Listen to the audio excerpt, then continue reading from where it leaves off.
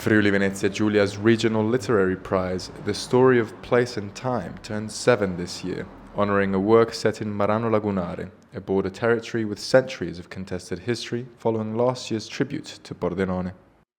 È un premio che nasce con l'obiettivo, direi centrato, di promuovere il territorio della nostra regione utilizzando parole di scrittori importanti italiani di fuori regione, e quest'anno siamo particolarmente soddisfatti perché questo racconto di Marzo Magno centra perfettamente quella che è la visione della cultura di frontiera che la nostra regione terra di confine sostiene. Marano Lagunare, al centro del racconto che vince il premio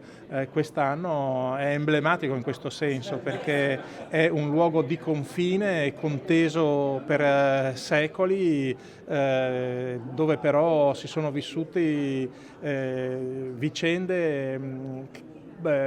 contemporaneamente al centro della storia di questi secoli, a dimostrazione di come il confine possa paradossalmente anche essere il centro. Quest'anno poi ci sarà l'arena del dissenso, Dissensium Arena,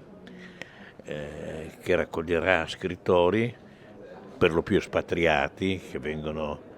dalla Russia, dall'Ucraina, dall'Iran, dall'Algeria, dalla Cina, tutte persone che sono state perseguitate